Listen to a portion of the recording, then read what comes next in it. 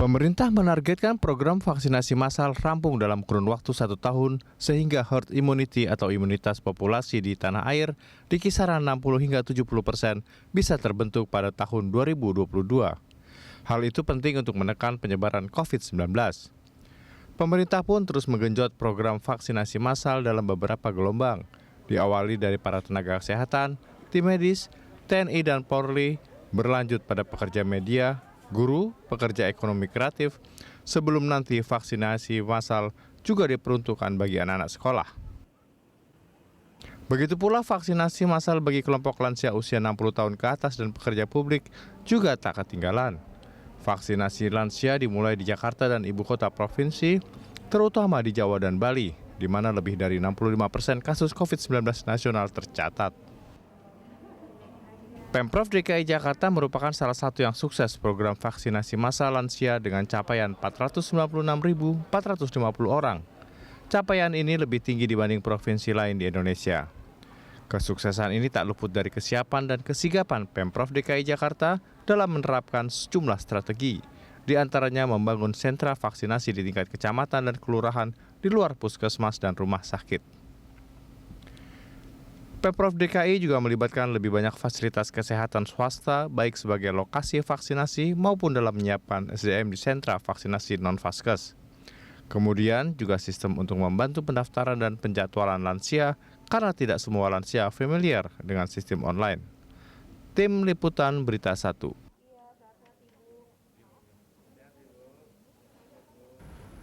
Pemirsa, Jakarta juara vaksinasi lansia. Itulah topik dialog kita pagi ini. Dan untuk membahasnya, kita sudah terhubung dengan juru bicara vaksinasi Kemenkes, Siti Nadia Tarmizi. Selamat pagi, Bu Siti. Selamat pagi.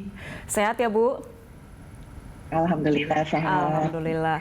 Bu Siti dan pemirsa, kita juga sudah terhubung dengan Dewan Pakar Ikatan Ahli Kesehatan Masyarakat Indonesia, IAKMI, Hermawan Saputra. Selamat pagi, Pak Hermawan. Selamat pagi Mbak Anggita, selamat pagi pemirsa Berita 1 TV. Oke, ini kita ke Bu Siti dulu. Bu Siti, Provinsi DKI Jakarta ini merupakan salah satu provinsi dengan realisasi vaksinasi tertinggi dan khususnya untuk vaksinasi lansia merupakan yang tertinggi dibandingkan provinsi lain. Ini apa sebenarnya yang membedakan Jakarta dengan provinsi lainnya sehingga bisa menjadi vaksinasi tertinggi untuk lansia? Ya, saya rasa pertama kalau kita melihat dari jumlah lansia, memang DKI Jakarta itu adalah nomor ketiga ya setelah Jawa Barat, Jawa Timur, baru kemudian DKI Jakarta. Nah, yang menjadi beberapa hal kita ketahui mengapa kemudian di DKI Jakarta ini bisa betul-betul mencapai angka yang tertinggi. Yang pertama adalah di Jakarta ini cukup banyak ya sebenarnya beberapa sentra-sentra vaksinasi ya, baik itu kita ketahui ada sentra yang merupakan kerjasama dengan BUMN yang pertama kali kita buka, kemudian juga bekerja sama dengan asosiasi telemedicine ya, juga dengan beberapa pihak swasta ya, seperti dengan pengusaha transportasi online ya, di mana kita mencoba memudahkan pelayanan untuk vaksinasi pada lansia ini. Nah, yang kedua adalah karena memang target yang cukup besar ini, kemudian DKI Jakarta juga mencoba melakukan membuka sentra vaksinasi terus-menerus di balai kota ya, sehingga ini juga mendorong lebih banyak layanan ini selain vaksinasi yang diberikan di Fasiankes melalui puskesmas rumah sakit.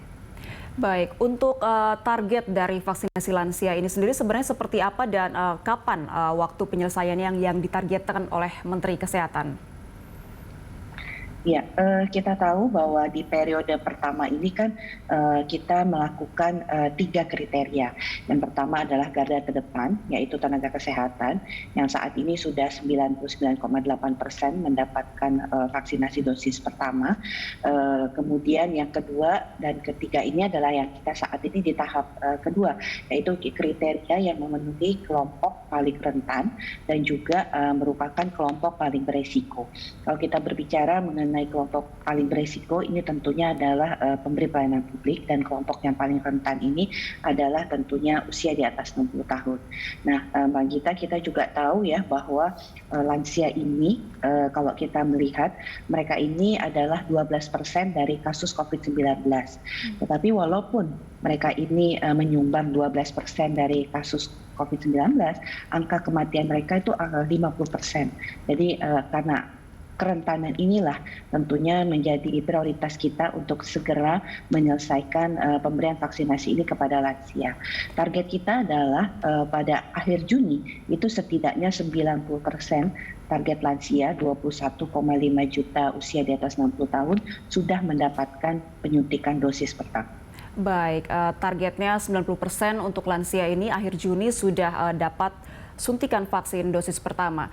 Saya mau ke Pak Hermawan. Pak Hermawan, kalau yang Anda lihat sejauh ini kesadaran, pemahaman, dan kesediaan dari masyarakat khususnya lansia untuk mengikuti vaksinasi sudah seperti apa? Memang pada lansia ini sangat berbeda dengan usia-usia produktif ya. Problem yang paling besar proporsi mereka yang tingkat awareness terhadap teknologi cukup rendah ya untuk lansia. Dan bahwa model pendaftaran kita juga menggunakan sistem online gitu ya, walaupun sebagian ada yang menggunakan jejaring Vaskes dan Nakes untuk edukasi dan promosi, tetapi dengan adanya pola ini tentu saja akan berbeda, di mana lansia tingkat awareness-nya agak rendah dibandingkan usia produktif. Di sisi lain juga posisi daerah menentukan. Kita ambil contoh kalau DKI dibandingkan dengan Jawa Tengah, Jawa Timur, Jawa Barat atau Banten di sekitarnya, sebenarnya kan kalau di daerah-daerah lain kan masih pada prioritas warga ibu kotanya ya, terutama di ibu kota provinsi. Kalau Jawa Barat, Bandung, Jawa Tengah, Semarang, Jawa Timur, Surabaya misalnya.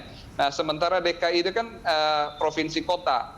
Jadi dalam satu provinsi ya kota. Jadi secara proporsi dan aksesibilitas memang DKI akan lebih baik. Nah, dan juga tingkat pengetahuan ya di DKI juga cukup tinggi. Cuman saja yang menjadi menarik grafik kesertaan ya atau kesediaan warga lansia untuk divaksinasi di DKI itu sebenarnya numpuk nih pada periode pertama. Jadi 40% itu hanya dalam waktu 2 minggu sampai 1 bulan itu bisa sampai 40% di DKI.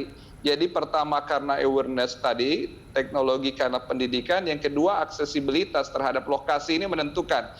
Jadi ke depan ini memang harus didesain sedemikian rupa proses service delivery ya atau layanan vaksin ini sedekat mungkin dengan komunitas. Karena lansia itu kan orang-orang yang terbatas dalam mobilitas, penggunaan angkutan publik sangat beresiko, kemudian juga angkutan-angkutan pribadi pun juga akan menjadi kendala karena usia.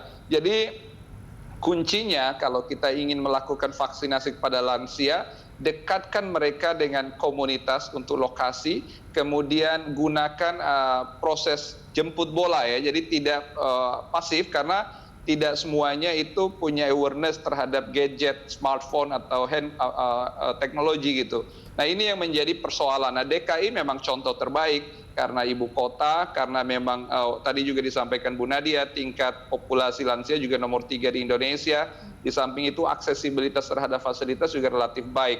Nah pembelajaran ini harus menjadi evaluasi untuk berikutnya menggencarkan coverage di daerah-daerah yang memang notabene lansia agak jauh distribusinya di seluruh Indonesia begitu. Baik, ini artinya masih perlu ada perbaikan aksesibilitas ya Pak untuk provinsi di luar DKI Jakarta dalam hal target vaksinasi lansia. Ya, di DKI sendiri masih belum optimal ya, lansia pun belum tuntas ya, masih sekitar 65%. Tetapi kalau kita lihat 65%, capaian 40% pertama itu sangat cepat sebenarnya, karena mereka yang memang punya kesadaran karena pendidikan, tetapi juga melek teknologi sehingga kemauan untuk mendaftarkan dan pada akhirnya hadir di lokasi vaksinasi itu ada. Tapi ada porsi yang sekitar 30%-an yang ini harus betul-betul harus dilakukan upaya jemput bola oleh petugas. Nah, mulai dari jejaring kelurahan sampai bahkan kader dan tenaga kesehatan yang ada di RT RW saya pikir. Baik, kita ke Bu Siti lagi. Bu Siti, untuk persediaan vaksinasi untuk lansia ini sejauh ini sudah seperti apa? Apakah masih mencukupi? Ya, kita tahu bahwa bulan April ini kan kita memiliki keterbatasan jumlah vaksin yang kita bisa distribusikan.